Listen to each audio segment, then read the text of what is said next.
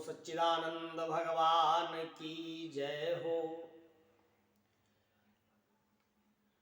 बंसी विभूषित करानवनीरदाभात पीतांबरादरुण बिंब फलाधरोष्ठात् पूर्णेन्दु सुंदर मुखादर बिंदु नेत्रात् कृष्णात्वयं किमपि तत्त्वमहं न जाने। वसुदेवसुतं देवं कंसचाणूरमर्दनं देवकी परमानन्दं कृष्णं वन्दे जगद्गुरुम्। श्री परमपिता परमात्मा कब किसको किस रूप में किस अवस्था में दर्शन देते हैं, ये समझ पाना अत्यंत ही कठिन है। रसखान एक भगवान के भक्त हुए हैं। उन्होंने एक अपनी सवैया के माध्यम से अपना निज अनुभव बताया है कि वेद में ढूंढो पुराणन गानन, ओ वेद ऋचा सुनि चौगुन चायन, देखो सुन्यो कबहू न कितो, वह कैसो स्वरूप वो कैसे सुभायन। तो हेरत टेरत हारी गयो, रस खान बतायो न लोग लुगायन, देखो दुर्दुज कुंज कुटीर में, बैठे पलोटत राधिका पायन। रसखान जी कह रहे हैं कि हमने सभी से पूछ करके हार गया, लेकिन किसी से हमको कुछ भी भगवान के विषय में सही जानकारी नहीं मिली। हेरत टेरत हार गए, मैं हार गया, लेकिन रसखान बतायो न लोग लुगायन, किसी ने नहीं उनके विषय में बताया। तत्वतः समझने में नहीं आ रहा था। पता नहीं भगवान का स्वभाव कैसा है, हमको मिलने पर वो हमारे साथ किस प्रकार का बर्ताव करेंगे। प्रहलाद जी के पिताजी को जब भगवान मिले तो उन्होंने तत्क्षण ही उनका वध करके उनकी अंतड़ियों को निकाल करके माला की तरीके से पहन लिया, अर्थात उनका वध कर दिया। प्रहलाद जी को वहीं गोद में बैठा करके दुख व्यक्त कर रहे हैं कि हे मेरे भक्त, हे मेरे पुत्र, तुझे बहुत ही यातनाएं झेलनी पड़ी। तेरे पिता ने तुझे अत्यधिक कष्ट दिया, लेकिन तूने मेरा स्मरण नहीं त्यागा। हे पुत्र, कितने कष्ट तुझको प्राप्त हुए हैं, हमें तो उसी क्षण आकर के तेरी रक्षा करनी चाहिए थी, किंतु हे पुत्र, मैं क्षमा चाहता हूं, मुझे आने में विलंब हो गया है। न जाने कितने तेरे पिता ने तुझको कष्ट दिए हैं। प्रहलाद को मिलते हैं, गोदी में बैठाते हैं, चूमते हैं, पुचकारते हैं। कितनी दया दिखा रहे हैं प्रभु, कितने भक्तवत्सल हैं प्रभु, और उनके पिता को मार डालते हैं। अनेक अनेक ऐसे भक्त हुए हैं, पता नहीं किस रूप में किसको दर्शन दिया भगवान ने। कभी गरुड़ पर बैठकर आए हैं, कभी ऐसे ही प्रकट हो गए हैं। पता नहीं किस रूप में भगवान कैसे कैसे किसको दर्शन देते हैं। कितने अवतार भगवान ने लिए अपने भक्तों के लिए।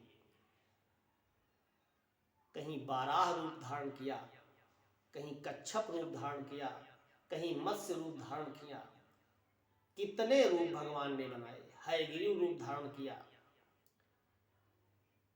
ये सब भगवान की अहेतुकी कृपा है कि वो अपने भक्तों को किस रूप में दर्शन देना चाहते हैं, किस अवस्था में, किस योनि में दर्शन देना चाहते हैं। गजराज ने पूर्व जन्म में बहुत बड़ी भगवत आराधना किया, किंतु उसे भगवत प्राप्ति नहीं हुई और इस गज योनि से भगवत प्राप्ति हुई। रसखान कह रहे हैं कि हमें ये नहीं पता है कि प्रभु जब हमको मिलेंगे तो हमको प्रहलाद की तरह करुणा निधान करुणा दिखाएंगे या हमको हिरण्याकश्यप हिरण्याक्ष की तरह पीटने लगेंगे, मार डालेंगे, वध कर देंगे। देखो सुनो कबहू न कितो वह कैसो स्वरूप कैसो सुभायन।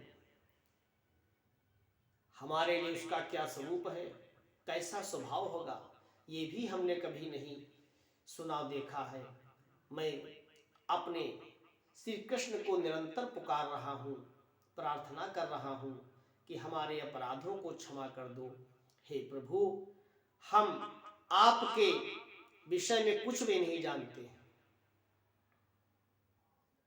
भगवान ने जब उनको दर्शन दिया तो कुंज गली में राधा जी के चरणों में लौट रहे हैं।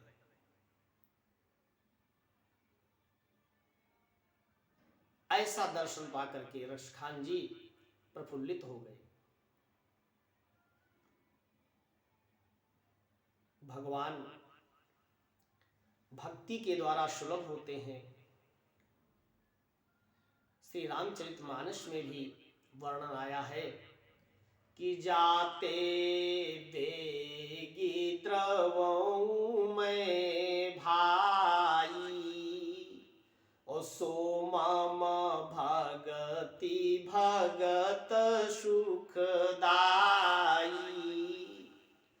बहुत ही शीघ्र में जिस प्रकार से द्रवित हो जाता हूं, भक्तों को सुलभ हो जाता हूं, वो मेरी भक्ति है और वही भक्तों को सुख देने वाली भी है।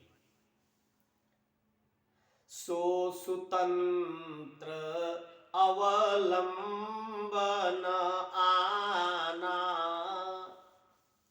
ओते ही आधीन ज्ञान विज्ञाना। ज्ञान और विज्ञान ये भक्ति के अधीन है। भक्ति तो स्वतंत्र है। भक्त को कभी भी भगवान की कृपा से कोई राग नहीं उसके अंदर प्रवेश कर सकता है, वीतरागी हो जाता है। भक्ति की भी अवस्थाएं हैं। प्रारंभिक अवस्था है, मध्य अवस्था है, उच्च अवस्था है, अविरल भक्ति है।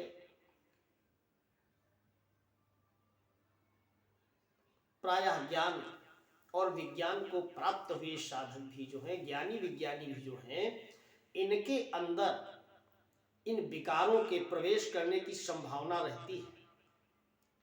इसलिए ज्ञानी जो होते हैं वो भी यह विचारी पंडित मोहि भजहि पायऊ ज्ञान भगति नहीं तजहि। ऐसा विचार करके ज्ञानी जन भी भक्ति किया करते हैं, भक्ति को नहीं त्यागते। जीवन मुक्त महामुनि जेऊ और हरि गुण सुनहि निरंतर तेऊ। जो जीवन मुक्त महात्मा है वो भी हरि स्मरण हरि कथा श्रवण करते रहते हैं, भक्ति किया करते हैं, भगवान नाम का स्मरण नहीं छोड़ते, क्योंकि भक्त तो भगवान के आश्रित हो जाता है।